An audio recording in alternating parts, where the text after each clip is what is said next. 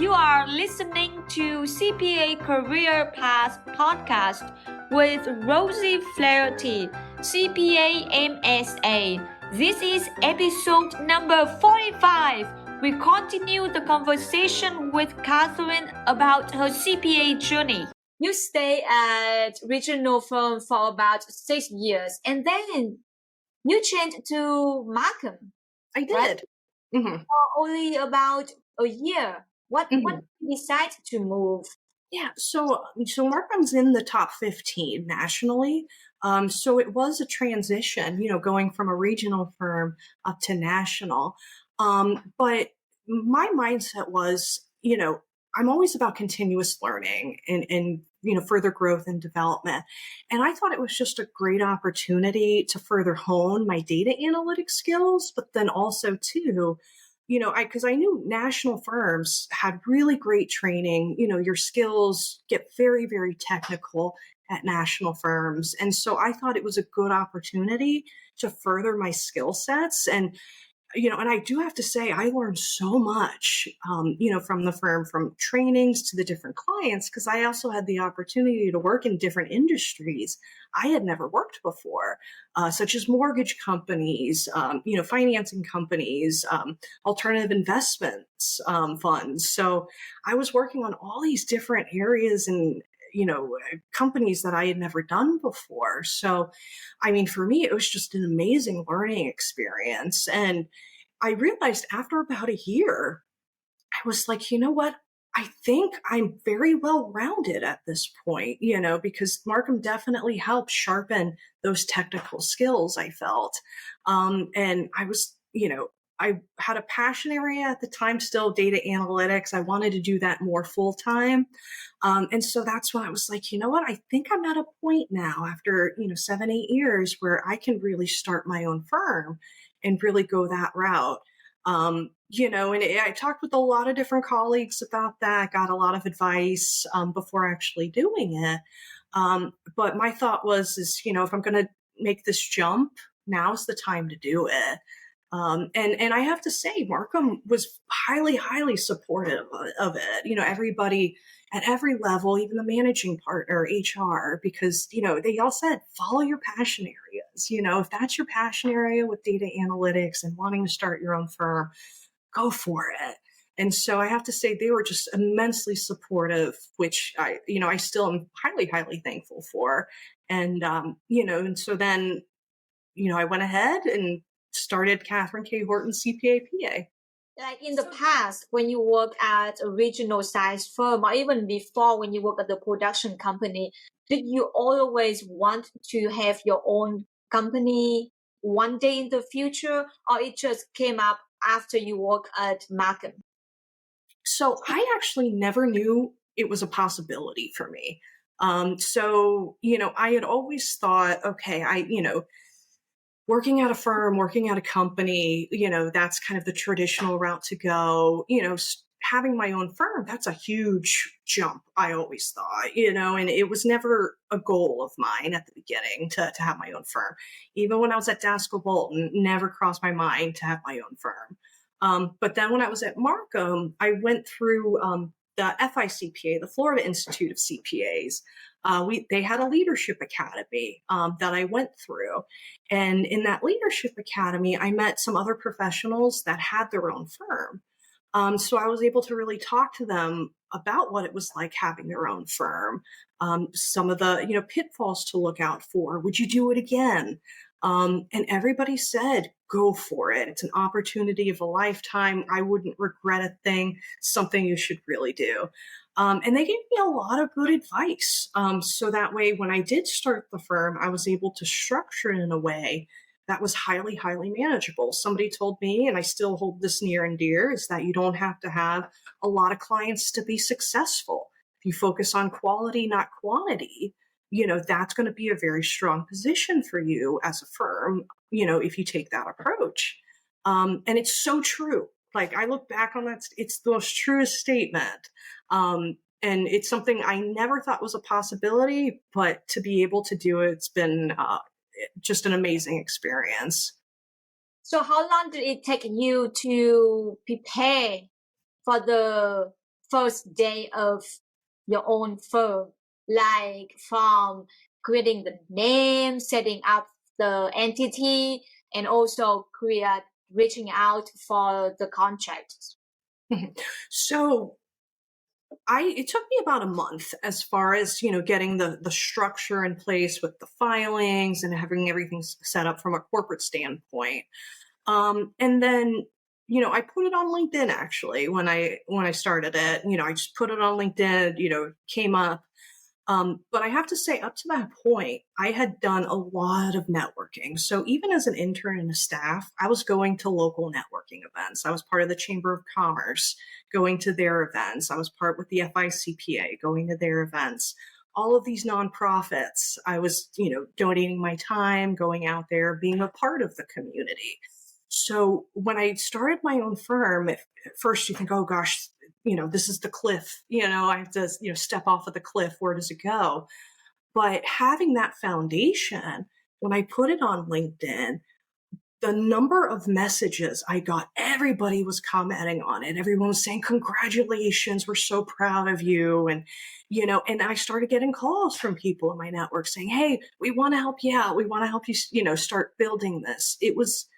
I always say the outpouring of support was just something I never expected. I still to this day am kind of shocked by it, but it really wasn't stepping off a cliff. It was really, stepping off onto a pillow, I found, because everybody was there to support me and to really help me on this journey. And so, the first few clients I had were, people that I worked with in the past, that were off at other firms that said, hey, we have stuff here. We'd love to have you. And I even had one former colleague. We didn't even work in the same department. She was in tax. I was in audit over at School. And I hadn't talked to her in like 3 or 4 years. But when I put out that post, she called, sent me a message. We connected and she told me, Catherine, I never worked with you, but I always heard good things about you and the quality of your work. So even though I never worked with you, I know I have to work with you. So I would love to have you for this opportunity, and it was, it's just unbelievable. And I always felt if you put in hard work, you work with integrity, do good things come back. And that I felt like was just the perfect example of that. But it really was not hard building up. Of course, with anything, it takes time. So, you're not going to have a full portfolio, client book of business, within the first month. But for me, I wanted to be a natural progression. So, and it worked perfect. I was able to get my footing, find, really the right areas. Because when you first start out, you want to say yes to everything. And I realized, like, you can't do that. Stick with what you know. It's going to make your life so much easier. And so having the right mindset, but also to having that network and that support was just, was very, very surprising, but very welcomed on my side. Yeah, you mentioned about network and you also mentioned that you are a speaker as well. So it seems like you volunteer a lot. You join the chambers of commerce and also state society of CPAs. Now it's paid off when you launch your business. It's just people know about you, people reach out to you, people bring you business. So for the audience who are listening to this podcast, can you share your experience? What did you do for the network since you were an intern until where you are right now? Yeah. So I think a lot of it too, it's really, really important the tone from the top, from whatever firm you're at. Because as an intern, I would have never known of these opportunities to get involved and to be a part of if it wasn't for my mentor, if it wasn't for the managing partner, Michael Daskell of the firm, who was highly involved in the community. It was encouraged for everybody in the firm to get involved. They did something, I absolutely loved it, where, every 6 months or so, they would send out an email to the entire firm and they would say, hey, these are all of the nonprofits that we're involved with. Here are the people in our firm who are involved with these nonprofits. Because they would always ask, hey, send us the listing of, any boards you're on, any committees, for any nonprofits. Then they would distribute that out to the firm.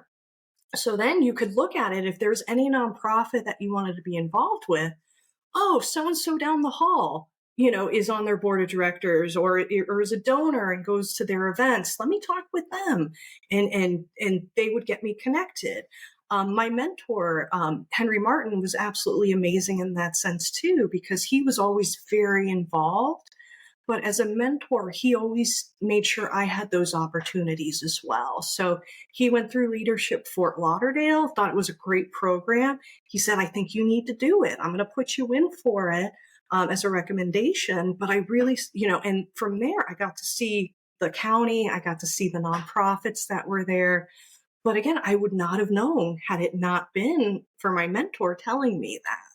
And the managing partner of the firm, everybody was encouraged. And I worked on a lot of not-for-profit clients in their audit department. And that was a big thing. You support those clients, you go to their events. Every month we would have a community service project we would do in the area. But all of that for me really helped drive the empowerment, behind it, where, hey, I can go to this on my own and be okay. And I think that's for a lot of staff and interns, that's a big barrier, is to go to these events. But, if you have people at your firm who are also part of Tone from the Top saying, hey, we want you to get involved. We'll give you the time to be involved. We'll support you in those efforts. That really helps bring in those, professionals, into that, service mind, networking mind, and really help building that network. So as an intern, sometimes when you show up at a networking event, it was scary. It's like, I didn't know who should I talk to, how should I start, how can I continue the conversation, or how can I carry the conversation? It just feels so kind of nervous when you just show up as an even intern or associate, or just like the first few networking events. What did you learn from the beginning when you start networking event to get over that barrier of feeling nervous, feeling shy, feeling panic? Yeah, so I always made sure I went with somebody. So I never, the first year or so, I didn't go alone. A lot of times I had my mentor who would take me with him to a lot of events, but then also too, I asked my peers. So I actually sat in what we would call the audit pit. So there was, 4 of us auditors all sitting in this one room in the office. We were always out of clients, so everybody would just flex at the different desks. But, one day all 4 of us were there, and I think I was the one who asked, like, hey guys, I want to start going to these networking events. Does anybody else want to go? And so there was a group of us, 4 of us, that we, not all 4 could make every event, but at least there was somebody out of that group who would probably go with me. And so then we would start, and there was different networking groups. I had one colleague, he was like, I'd love to check it out, but I don't want to go by myself. Will you go with me? And I said, absolutely. And, we checked it out and spent the whole day. It was I want to say like 6 to 8 hour seminar, but it was a whole different networking group that we tried out. But really it's having that support system, but finding others who have that interest. So I definitely think at that, those levels, intern staff, even supervisor and seniors, ask your peers, hey, I want to go to this, would you be open? So at least, we won't be alone, and then you can start networking as well. But building that, and then you go with them, and then you have confidence at that point with the group, like, okay, I can start talking to a few people. And then you go to that event again for that same networking group. You'll run into those people that you met at the prior one. And so after you go a few times, then it's like, okay, I think I can do this by myself, because I know there's going to be people I know, from that group there. And so it's a buildup. It's very hard to go all alone. So I understand the trepidation and, try and get over that barrier, because it is a barrier. But it's always helpful to have others with you through that process. I still remember when I was in college, I went to very first networking event, and my professor took me. I asked her, so how could I remember people's names?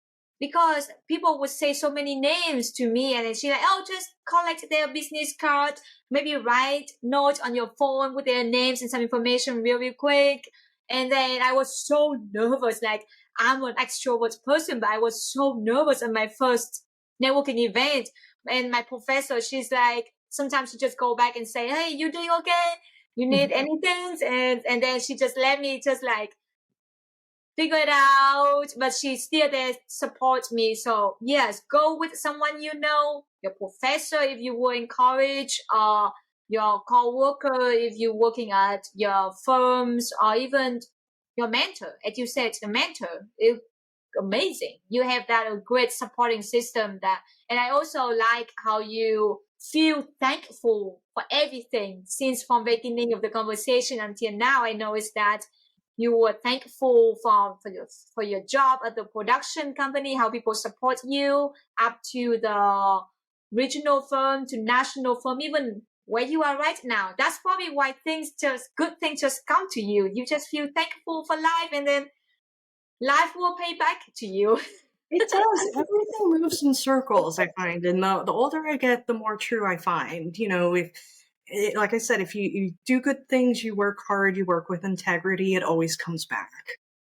I love it. I love it. You also mentioned that you are a speaker as well.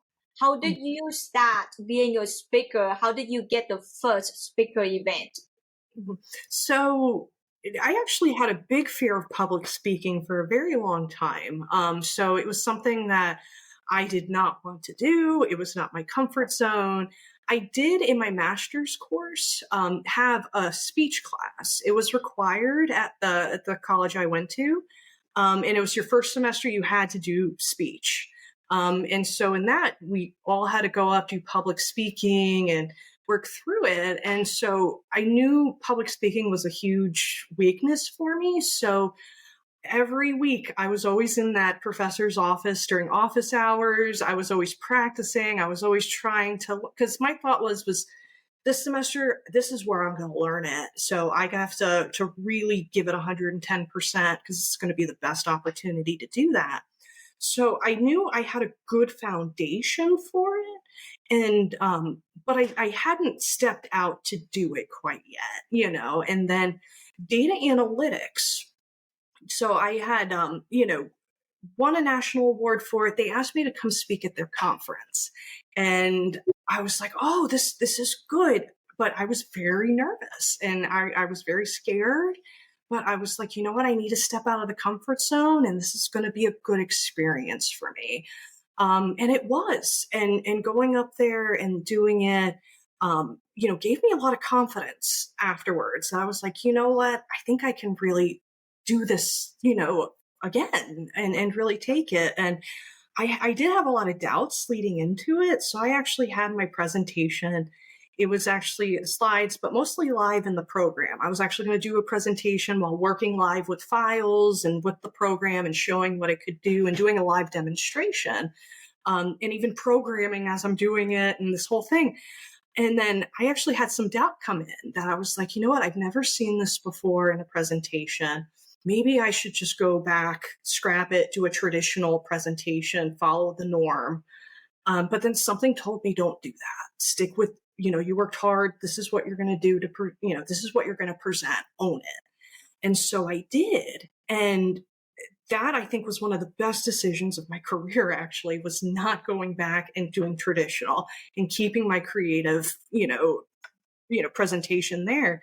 Because everybody after said, I've never seen, someone working live and doing programming while they're doing the presentation and having all of this going on at the same time, but doing it in a very organized format. And I learned so much that I can now apply for my clients. But that was the biggest boost of confidence. I was like, okay, I'm on the right track here. Nobody else is doing it from the feedback I'm getting. So when I look for that differentiator, that niche area, this is it.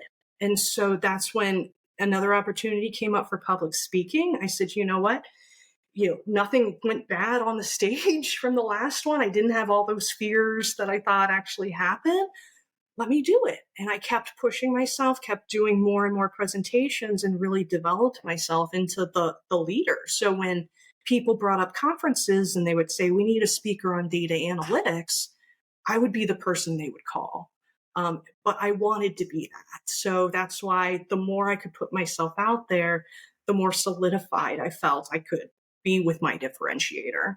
Another thing I noticed when I talk to you is that you always work so hard Well, from the first day when you work at either at the production company or at the regional CPA firm.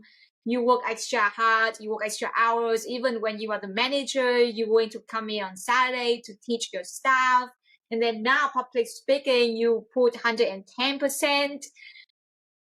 It's just awesome to see how successful you are right now because you just putting so much effort on it. And thank you. it's just amazing. And look at all you get in your background.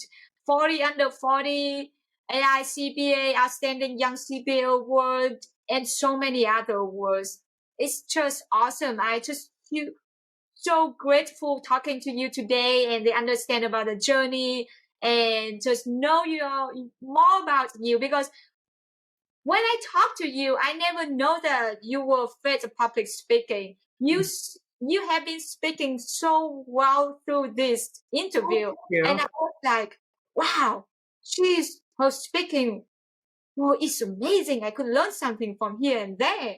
So that's awesome. I would say you are amazing. Thank you. I appreciate that. That means a lot. Keep up with that. You are a great leader and a great image for younger CPAs, for younger accountants to follow. So we talk a lot about networking and a lot about speaker events. I was wondering if you can share some tips and advice for young generation or for people who just start this accounting profession. Yeah. So I would say for anybody who's starting in accounting, keep an open mind. Learn everything you can. It's a very dynamic profession. There's so many different facets to it. And just keep that curious mindset. Ask the questions. Don't be afraid to speak up because that's how you learn. And then also too, be open. When there is an opportunity to go to a networking event, take that opportunity because that's what it is. It is an opportunity. And what I find with those events, they're very unique point in time moments. So there's been many individuals that I have met throughout the course of my career that I would not have met had I not been at that networking event that evening at that location. On that night, probably I might have been tired and said, just keep going. But every single one presents itself an opportunity, and you never know the opportunities that are there unless you actually go. And then, so it is something as far as on the networking side, because I would have, other staff tell me like, why are you going to this? Why are you, staying so active?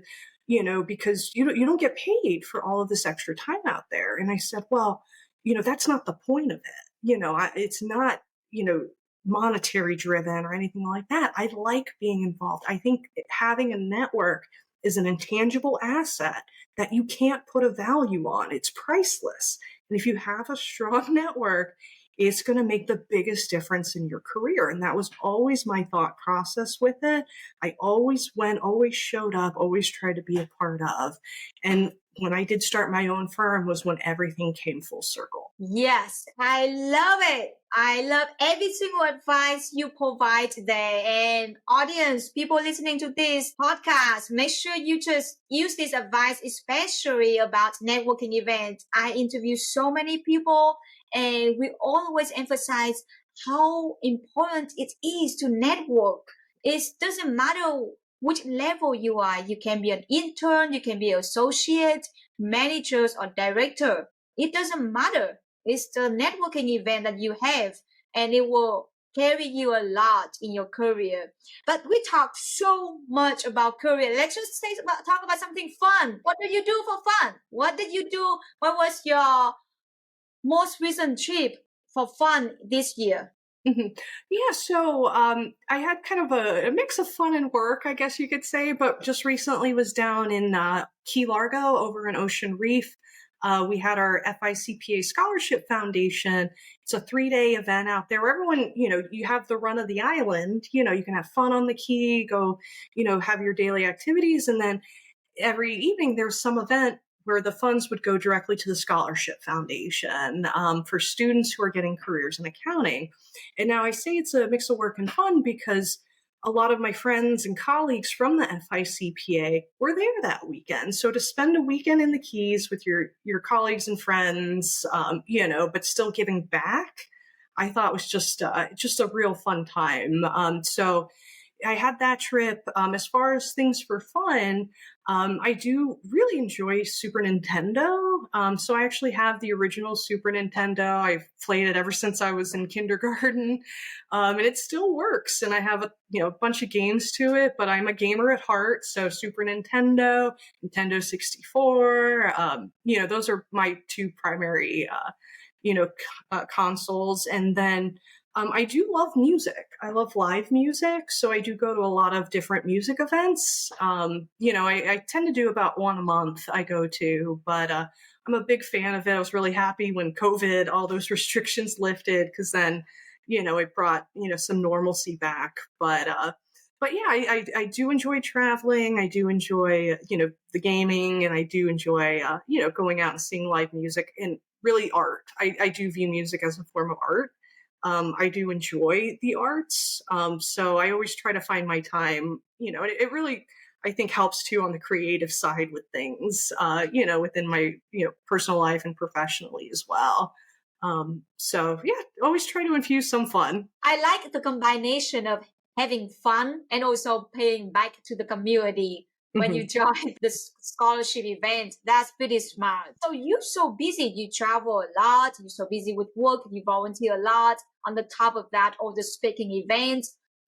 How do you balance your life with work, with volunteering? So it is a balancing act.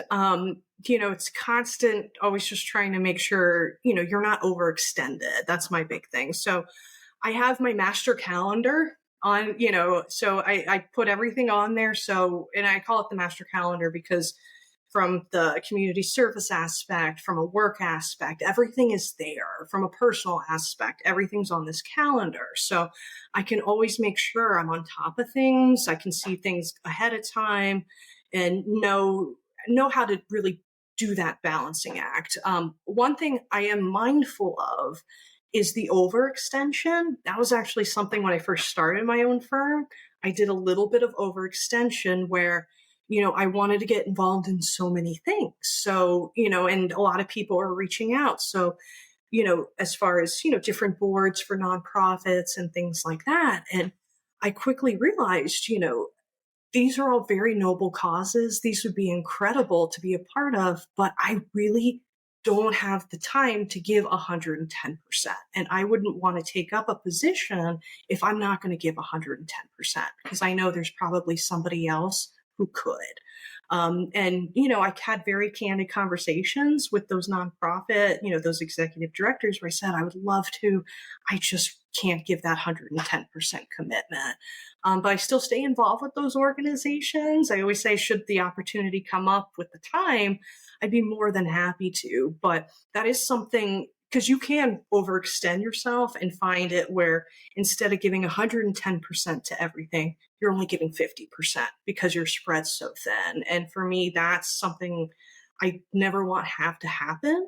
Because if I'm taking that away, I mean, it's either going to be the personal life or professional life that's affected, or, the community service aspect. So, that was one thing. It took me a little bit to make sure I had that right balance, but it is a balancing act. Balancing act. Wow. People normally don't have the name like balancing act. It's just like, oh, this is how I balance my life, but they don't really think it is balancing act. So I like how you call it. It's actually an action that you need to make it, and you mean it, not just say it. So I love it. Talking about saying no to people, because you say that sometimes you cannot give 110% because you don't want to stretch too thin. How can you have a nice conversation with people but still want to keep relationship? Yeah, and with those, it is just really having those candid conversations, but also to, being appreciative. I mean, to have that opportunity for a nonprofit to come up and say, hey, we'd love to have you on our leadership board. um, it means something. I mean, they see something special in you that they think can really impact their organization. So I'm always highly appreciative of any opportunity there. And I make sure that's communicated first thing. So any conversation, it's, thank you for the opportunity. It means so much because it really does. They could have asked anybody, but they chose to ask me. But it is being honest. It's saying, and I've had these where I've just said, I don't want to take up this position and be a part when I cannot give everything that you're looking for and that this organization deserves, because they deserve having a director who's going to give their time, effort, and have this be a primary focus for them. And I know I won't be able to do that. And I'd much rather not take up a spot. You have a director take up a spot, that's only giving 50% when there's other people that could step in and give that 110%. I would not want to take that opportunity away from somebody else if I know I can't fulfill that opportunity. I think I read somewhere saying that when you saying no more often, it means when you say yes, it's a real yes. Like it's a very strong, solid yes. And people would take that yes seriously. Yeah. So And every time I had those conversations, they were always just so appreciative that I was honest about it, where it wasn't something that they were upset with me about or anything, like, because it wasn't like I took the position and then 6 months into it said sorry. It was recognizing it beforehand, but just having that open communication. So it's always viewed from when I've done it very positively, as far as having that honest, open communication, just to say, I just can't do it. Because I'd much rather let them know from the get go than string anybody along and then, just have a last minute conversation about it. Cause that's not fair. It's not fair to the organization. It's not fair to the other directors on the board. It's not fair to the executive director. And so it's doing the right thing. love it. I love it. So before we finish this interview, just a last question. If someone want to send you a gift, what would you like? That is so. As far as a gift, I would have to say a gift would be a donation to a nonprofit. I would say, is to have whatever would come my way go directly to a nonprofit, but one that's making a difference in the community. There's so many out there, but definitely any sort of gift. I would say, just turn it into a donation. Oh, that's so sweet. I like every single thing I talked to you during the interview today. Oh, It's thank you. it's amazing. I'm very glad that we have time to sit down and talk and for me to understand more about you and your CPA journey as well. So I wish you best of luck for your own CPA firm and also all your volunteering activities and your networking events out there as well. Oh, thank you so much, Rosie. It was such a pleasure being here, and thank you for the opportunity to be here. So, thank you.